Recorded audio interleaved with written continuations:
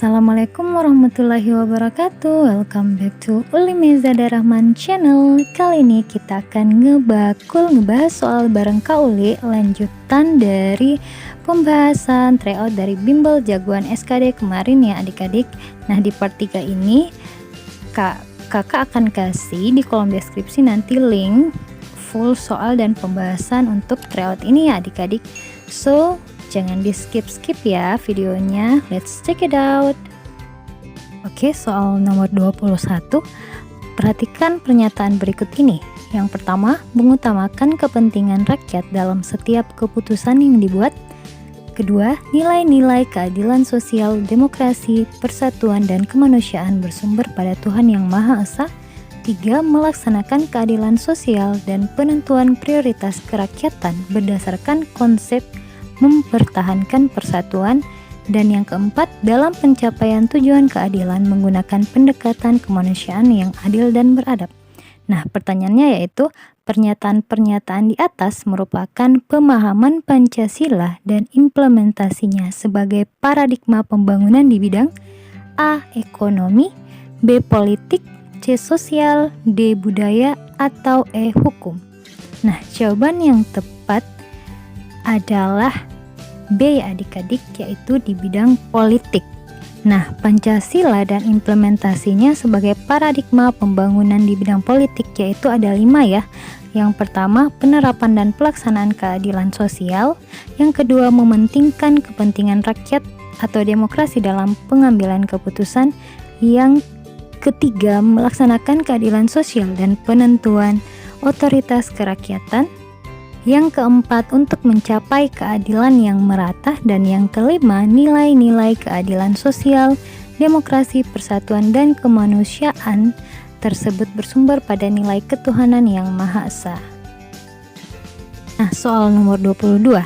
Akibat hujan lebat yang terjadi terus-menerus menyebabkan jembatan penghubung suatu daerah putus. Padahal jembatan tersebut merupakan jalur transportasi utama warga di desa tersebut. Karena hal tersebut, masyarakat di desa segera melakukan gotong royong untuk membangun jembatan sementara agar tetap dapat melakukan aktivitasnya. Kegiatan yang dilakukan warga desa tersebut merupakan contoh pengamalan Pancasila sila keberapa? A. 1, B. 2, C. 3, D4 atau E5. Nah, jawaban yang tepat adalah E ya adik-adik.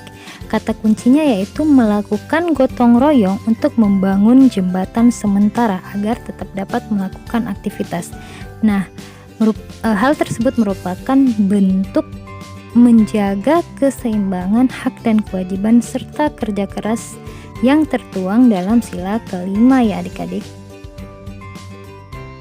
Soal selanjutnya, Ganang merupakan pemain sepak bola dengan kewarganegaraan Uruguay. Namun karena proses naturalisasi, akhirnya pada 3 November 2010 ia resmi menjadi warga negara Indonesia dan dipanggil ke tim nasional sepak bola Indonesia. Proses perubahan kewarganegaraan tersebut merupakan contoh nyata dari A. Asas ius soli, B. Asas ius sanguinis, C. Asas teritorial, D. Stelsel aktif, E. Stelsel pasif. Nah, jawaban yang tepat adalah D adik-adik. Jadi stelsel aktif itu adalah cara mendapatkan kewarganegaraan secara aktif melakukan tindakan hukum untuk memperoleh kewarganegaraan, misalnya melalui proses naturalisasi ya adik-adik. Oke, soal selanjutnya. Lambang negara Indonesia berbentuk burung Garuda yang kepalanya menoleh ke sebelah kanan dari sudut pandang burung Garuda tersebut. Perisai berbentuk menyerupai jantung pada leher Garuda, serta semboyan Bhinneka Tunggal Ika pada pita yang dicengkram burung Garuda.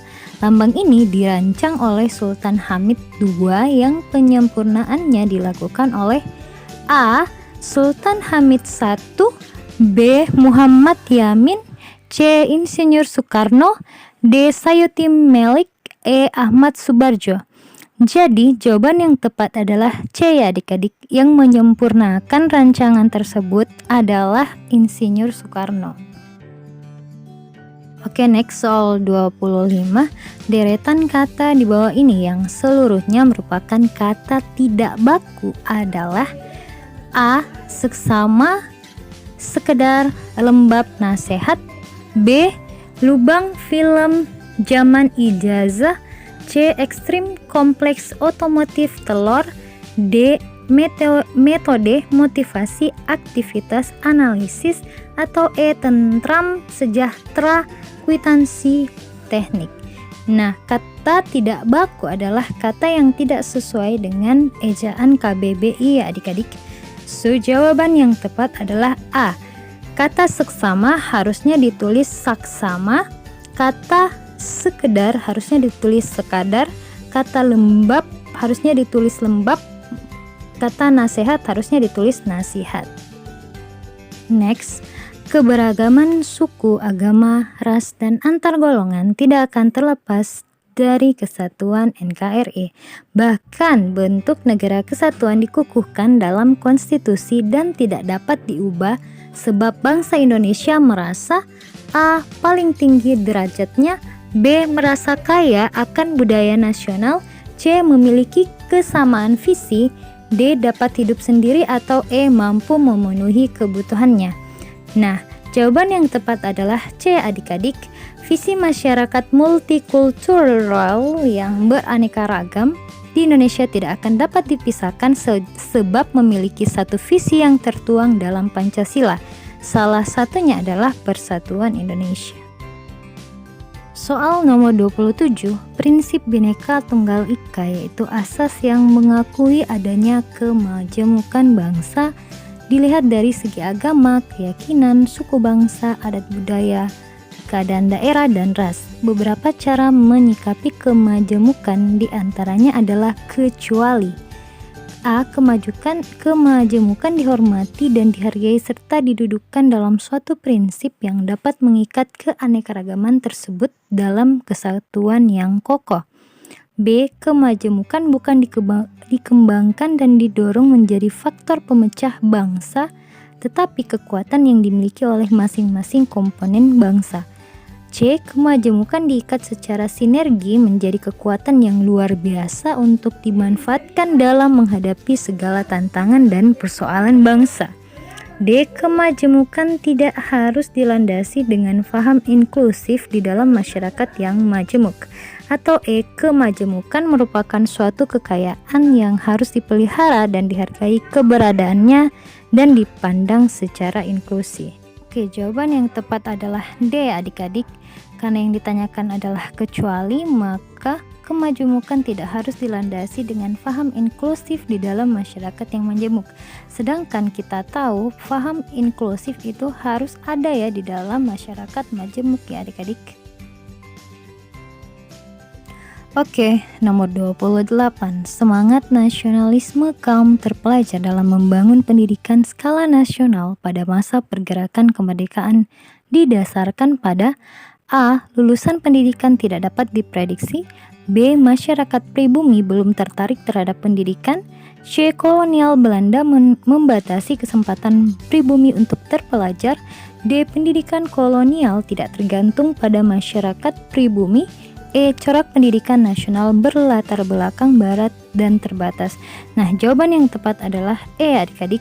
Pendidikan pada masa pergerakan kemerdekaan Republik Indonesia yang digawangi oleh kolonial Belanda sangat terbatas ya. Dan hal itu juga sangat berlatar belakang oleh adat barat ya, pendidikan barat maksudnya, sehingga kesesuaian antara nilai dan norma luhur masyarakat Indonesia terbatas pada ilmu barat. Oke, next. Tekad, sikap, dan tindakan warga negara yang diatur, difahami, melewati yang dilandasi oleh kecintaan pada tanah, udara, kesadaran berbangsa dan bernegara Indonesia, kesadaran akan kesaktian Pancasila sebagai ideologi negara, dan kerelaan untuk berkorban guna meniadakan akses dengan mudah oleh siapa saja dalam negeri yang mempertahankan kemerdekaan dan negara, kesatuan dan persatuan bangsa, keutuhan wilayah dan yurisdiksi nasional, serta nilai-nilai Pancasila dan UUD 1945. Bunyi kalimat ini adalah konsep A. Undang-Undang RI Nomor 18 Tahun 1982, B. Undang-Undang RI Nomor 19 Tahun 1982, C. Undang-Undang RI Nomor 20 Tahun 1982, D. Undang-Undang RI Nomor 21 Tahun 1982, atau E. Undang-Undang RI Nomor 22 Tahun 1982. Jadi jawaban yang tepat adalah C ya adik-adik, Undang-Undang RI Nomor 20 Tahun 1982 tentang pertahanan dan keamanan negara. Oke, soal nomor 30 atau soal nomor terakhir ya pada TWK ini. Nasionalisme atau semangat kebangsaan merupakan cerminan dari sila Pancasila yang A pertama, B kedua, C ketiga, D keempat, atau E kelima. Jadi nasionalisme itu sangat tercermin pada sila ketiga ya, yaitu berkaitan erat dengan semangat nasionalisme dan rasa cinta tanah air. Jadi jawaban yang tepat adalah C ya adik-adik. Oke, itulah tadi akhir dari tryout bimbel jagoan SKD TWK HOTS.